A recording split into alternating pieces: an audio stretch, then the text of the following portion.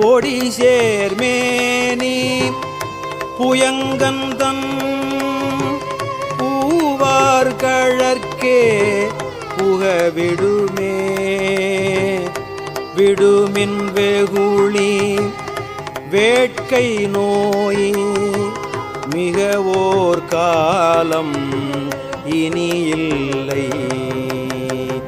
உடையான் அடிக்கீழ் பெரும் சாத்தோடு உடன் போவதற்கே ஒரு படுமின் அடைவோம் நாம் போய்